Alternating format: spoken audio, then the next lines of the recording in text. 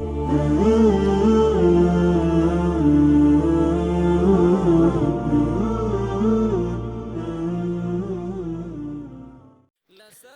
د ایمان ادنا بسر کې د مؤمن په زړه کې ژوندی وي نو بیا مسلمان پر هغه څه کوي چې دنیا ورته حیرانه پاتې کیږي.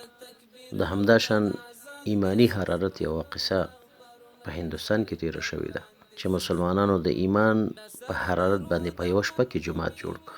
دا د 1919 کال کیسه ده. د هغه زمانه ده چې هندوستان د فرنګیانو یعنی د انګلیسانو په ولکه کې و او د لاهور ښار د شاه عالمي دروازې چې اوس د شاه عالمي چوک په نوم یادیږي په دې ساحه کې چې اکثریت د هندوانو وو. یو ځل یو مسلمان مسافر تیریده چې د لمانځه وخت شو او دلته یې اذان وکړ او په همالته یې مونځ هم وکړ. د مسلمان په دې کار باندې هندوانو سخت غبرګون وښود او شور او شرابه یې جوړه کړه او په دې کار سره مسلمانان هم را پاڅېدل د مسلمان د دفاع په خاطر باندې او د دوی جګړه حتی محکمې ته ووت. په محکمه کې بحث روانو او د هندوانو دا غوښتنه او خواهش و چې باید دلته مندر جوړ شي، خو مسلمانانو بیا دا ویل چې دلته اذان شوی دی او دلته لمونځ شوی، دلته باید جومات جوړ شي. خیر دا بحث روان و خبره سبا ته پاتې شوه.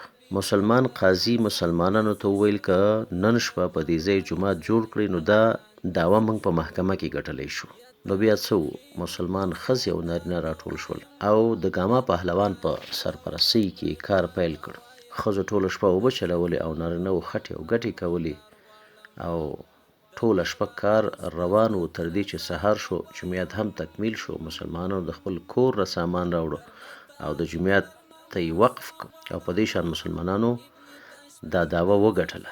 د دې جومیات د تکمیل نه 3 ورځې وروسته د ختیځ شاعر اقبال لاهوری خبر شو. په خپله راغی جومات یې ولید او ډېر خوشحاله شو.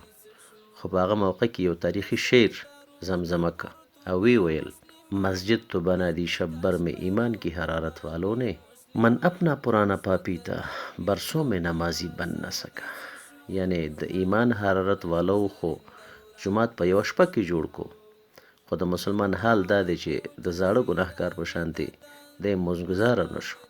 نو د مسلمان ایمان دا هغه نعمت دی چې مسلمان په مسلمان دی او که دا ایمانی قوت ګر چې کله کله کمزورې شي خو بیا مسلمان په هغه څه کوي چې دنیا ورنه عاجزه وي. او کله چې مسلمان د خپل دین او د خپل عقیدې سپکاوی د کم کافر له خوا نه وګوري، بیا مسلمان دې ته نه ګوري چې دا جرمني ده او که ناروې ده او که دا هالند دی او که امریکا ده، بیا په خپل د عقیدې او دین دښمن ته هغه عبرتناکه سزا ورکوي چې د دنیا ابرقدرتونه او سوپر پاورونه ورته حیرانوي.